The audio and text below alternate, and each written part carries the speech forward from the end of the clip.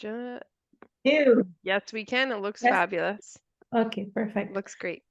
Great. Perfect. I'm Nanette, I'm CEO and co-founder of Juno Technologies. And at Juno, we are tackling a problem that affects 80% of women, which is menstrual pain.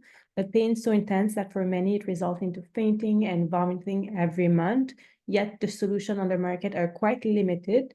The main one is medication. So this solution can have a side effect, but also in 25% of cases, medication does not bring relief to the patients. Or the alternative is a heating bag, a magic bag. It's not a portable solution, but it also has limited effectiveness. So the idea is for an active woman who wants to stop or reduce her use of medication, there is no solution, and that's where we come in. What we've created is a wearable device that alleviates menstrual pain instantly. So it's discreet, portable, it offers quick relief, no side effect, no medication. And based on the first pilot study, we were able to reduce the pain by 79% on average.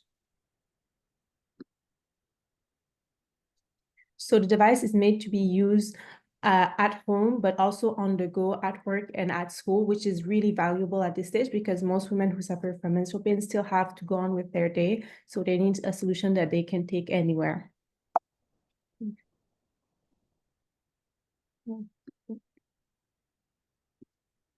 So in order to do so, what we've done is we have integrated the power of heat with electrical stimulation into one connected device that really fits into your lifestyle. So the product is wireless and it is made to be used at any time. So I mentioned the first pilot study that was conducted last fall. We conducted a study with a gynecologist on 30 patients. And what we saw is that a patient that started at 7.13 out of 10 on the pain level scale will reach 1.5 after 1 hour of using the product, just the product, obviously, nothing else in the 24 hours prior to the test. And that was really promising. So that's why we took it to the next step. So right now we are preparing a clinical trial in the biggest hospital in Quebec. So in the province, it's not mandatory for FDA and Health Canada clearance. However, it will help us further assess our device effectiveness on more patients. Also, we will include patients who suffer from endometriosis, a medical condition, and we'll also test the product on multiple cycles. And obviously that will result, as I said, in medical publication, but also in, I would say, bigger marketing claims, because then we have numbers on our device effectiveness in the clinical trial setting and also for patients who have a medical condition. So with our product, we target women who have severe menstrual pain, including those with medical conditions such as endometriosis, PCOS, and many more. And we can segment that into 3. So the first segment is medical, no medical condition, but severe pain. So you don't have anything that's causing the pain. It is normal, if I can say, normal pain. And that's about 34% of all the cases of menstrual pain are considered non-pathological. So we call it primary dysmenorrhea. The second segment is here. It's endometriosis that I mentioned a couple of times. It's a medical condition that affects 15% of all women. And it results into extreme pain. That's one of the main symptoms. It's extreme pain during menstruation, but also during the cycle when you're not menstruating. And the last one, regroup, is all the other medical conditions that will create severe menstrual or pelvic pain. So to give you an example, PCOS can create pain, fibroids can create pain. So there is a lot of things that can happen in the woman's body that will create pain at some point in your cycle. And we believe the product could help in that situation. So what all of those patients have in common is obviously the severe pain, also the expenses related to managing the pain and how it affects their daily life, how they have to miss school, they have to miss work, and many engagements. So the idea is to sell one device at $200, and the device lasts for years. It has a rechargeable battery, so like a cell phone, you just recharge it. However, we have also recurrent revenue based on the sale of the device, the gel. So at the back of the device, you have an adhesive gel that sticks on your skin. So that you need to change once in a while because it at some point it stopped sticking on your skin. So that's something that needs to be bought after about 10 hours of use. So I mentioned that the device is connected. So we do have a companion app. It's called Juno Plus. And initially, this app allows you to remotely control the device. And also you can track your cycles, you can report your symptoms, and basically it works as a journal for you to see how your pain has evolved during the month and how you have used the device during the month and how it has helped in your treatment. Is something you can keep for yourself, but you can also share with your doctor if you have any medical condition that requires you to communicate with your gynecologist often. So eventually, the vision for the app Juno Plus, it will grow into a paid app that will offer advanced device control, symptom tracking, and a supportive community. So we are in a $14.4 billion market, but most of the market is medication. So our goal is to capture 5% of that market in the next 7 to 10 years. Now, I mentioned we are a medical device. What makes a medical device is that it's a treatment that needs to be proven as safe and effective to be used. So when you think a magic bag, that is not a medical device. A heating belt, it is not a medical device.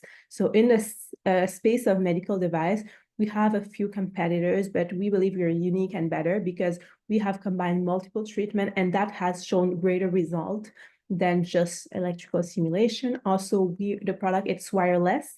So it's very useful, especially when you look at the pictures, you have nothing hanging out of your pants. And also it is app control. So the app, you have your report, but also it's very useful when you want to change the setting. You're in a meeting, you don't want everyone to see you trying to change the settings of your product that is very discreet and under your clothes. You can just use your phone. We are the only one pushing for transparent clinical evidence. No one has done clinical trials. They have tests on a few patients, but to the level we are bringing it, it has never been done in our space. So yes, for that. And we also have 2 patents that are pending and a trademark and an industrial design. So as I mentioned, our goal is really to position Juno as the first medical device that's supported by clinical data. So in order to do so, that's why we are going the extra mile and doing a clinical trial. It's not mandatory, but we believe if we want to have a product that's on the market, we want to have a product that is backed by results and that is also tested by gynecologists. So that's also something we're doing. We're working with gynecologists at this stage. So by doing so, we are able to secure partnership with different organizations like hospitals, clinic, organization for women with medical condition. We are partners of this organization that's called Vivre Sans Fibrome, which is the only organization for women in Quebec that suffer with fibroids. Also with sports team, and we have international sales that are pending. The only one we don't have at this stage, but is part of what we would like, is to have deals with pharmacy to make the product available in pharmacies. So this is how we hope to target the B2B market. And also, I have to mention, we would be the only one targeting the B2B market in the competition. However, we also know there is a big need for this product to be available easily. We have already a waiting list of people that just want the product, even though we have never yet done any marketing towards selling the product. So we have a waiting list, and we are also working with insurance companies to bring the cost of the device to $40 for consumers. So we are considering the B2C market also at this stage. So that means selling the device online directly. So we are a class 2 medical device. So we are doing a 510K with predicates. And we have started this over a year ago. We have an employee that's a QMS manager. Her full-time role is to work towards clearance. We are also working with experts in order to file for our FDA clearance, and Health Canada right after. The only difference between FDA and Health Canada is an audit. So we will file for FDA, and once we get FDA, we will get Health Canada the following months.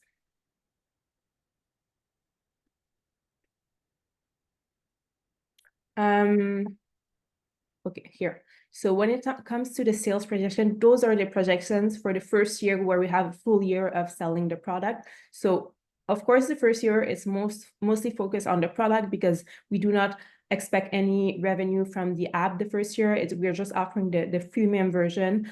And but eventually, as I mentioned, the app will grow into a paid app. So that's when it starts bringing revenue in. Also, the gel, as I mentioned, is recurring revenue. So it's something that's non-neglectable source of revenue. So Juno was founded by Women for Women. It was founded by Lynn and I. We both have a background in engineering. So I study mechanical engineering. She studied electrical engineering, which is basically the two parts of the product.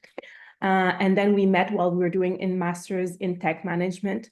And basically the focus of our master's is how do we bring product to the market? And that's where we started working on Juno. So we basically decided to apply our studies into this company, but also apply our own personal experience into this company. And I think it's also an added value because we are women who understand the problem, who understand the product, and who understand how to build solutions that are going to meet the needs of the patients.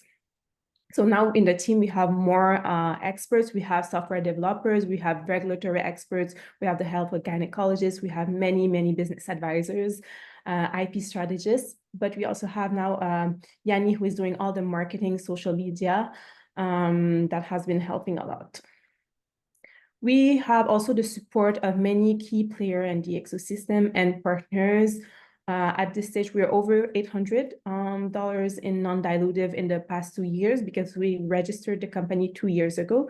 So I think we've reached probably $850K at this point in non-dilutive only. And we have the help of many partners, including the NRC with the IRAP, including CDL, Investissement Québec, and many more. And we also were able to receive quite a few awards in the past years and just in the past months. Just a couple of months ago, we won Effervescence, which is the biggest conference when it comes to health and life sciences. So we won the first prize in MedTech. And we also won Startup Fest a few months ago. So that was pretty interesting. So now for the next steps, I mentioned we had a first product that you saw earlier. We used that. We did a pilot study. We filed our patents, trademark. We did a pilot study. And now we're raising a 500K safe from private investors for the first time. Everything before that was non-dilutive. We are preparing the commercial version of the product. So the technical term is that we're completing the engineering validation testing and design validation testing, and those are the last step before manufacturing. We are also preparing the clinical trial with the SHUM. We are working towards FDA clearance and hopefully our first sale at the mid next year. So that 500K save that I mentioned that we're raising right now will be used primarily for those activities. So clinical, in order to receive clinical data in the trials in Canada, for manufacturing costs, for regulatory clearance, and for all the effort towards our first sales. And would bring us to our first seed round also by the end of 2025, but I would say mostly actually Q1 2026. So Juno's impact is very clear. We are solving the problem gynecologists see the most. And this first product is just the start of our mission to improve women's health using highly innovative solution. Thank you. Fantastic job, Nanette. Thank you. Okay. Give a few more seconds to reflect, or we can dive right in. Nina, I see you're off mute, so I can ask you right off the bat if you'd like to provide some feedback. Never went on mute. I should have learned that technique. Yep. With me on the call, yes. Nanette, thank you so much for sharing your company with us. It's really exciting. I'm a note taker. So No you're problem. going to see me look up and down, up and down. So I think when I watch somebody pitch, to me, what I'm most compelled to invest in is their confidence and their enthusiasm. So I find that if a founder is like passionate about what they're doing and feels like secure in their, their reason to be there pitching, it speaks volumes to, like my emotional state of being of, oh, this is somebody I want to invest in. So I think it would probably be really helpful to you before you pitch to maybe just take a deep breath and, tell yourself like some positive self-talk. I belong here. I need to be here. I have something to give to the world. Mhm. And, hopefully it'll, help you feel like you're here to push it with more ease. So the very beginning, I sensed you were nervous, which is normal, I imagine. And I think just if you could have slowed down at the very beginning, that would have helped me. I think it took a few slides before I focused, paid attention, and could understand what it was you were working on. The slide slide 6 was really good. It explained what your device did, but it took me until slide 6 to understand what we were talking about. Mhm. So it could be if you would want to maybe share it earlier and say, we're bringing this to market. It's this amazing device that's going to cut down on pain for women, like, so you're bringing your problem and your solution right away.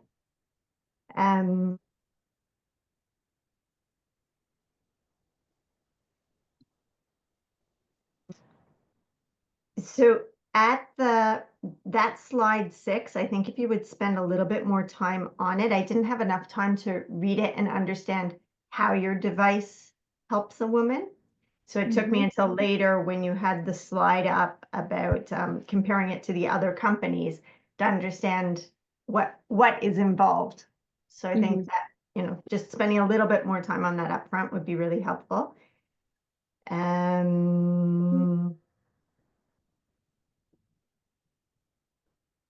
I love that you mentioned you're the only one targeting the B2B market. I think a lot of investors are much more interested in B2B than B2C. So you want to really leverage that piece of information. The insurance benefit, if insurance would cover this, that's amazing. So I don't know that I would put it on the slide where you had the B2B and B2C. I don't think I would put that piece of information on B2C because it's way more exciting than that. If you're able to sell this to, hospitals and clinics, they benefit from the insurance, right? They're going to be able to sell more devices.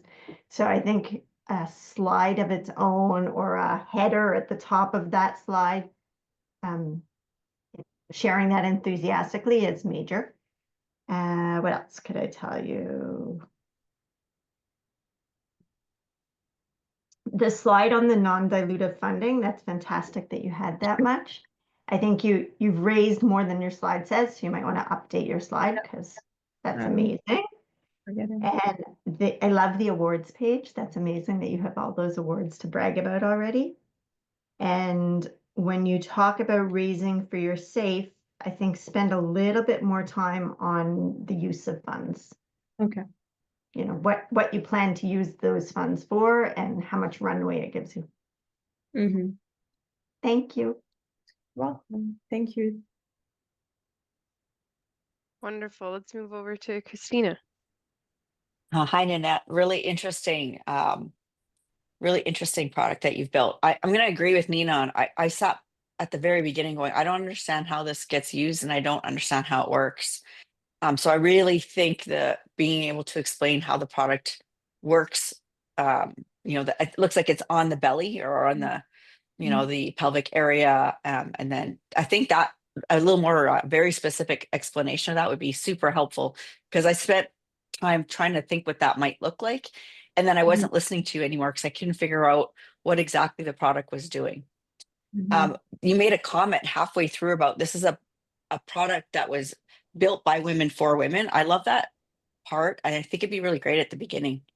Okay. And to Nina's point about, the confidence and stuff, I get really pulled in when there's a great story to be told. And I don't know if you came up with this concept, you and your co-founder, because one of you or someone has experienced some severe um, issues related to menstrual pain or not, because that, you don't have to be too specific. Obviously, it's quite personal, but sometimes that's what drives a product to be built in the first place. And I think that would be really valuable as part of the why you built it, not just it's Mm. women for women, but because someone maybe that, if that's the case. I think that creates a more relatable story.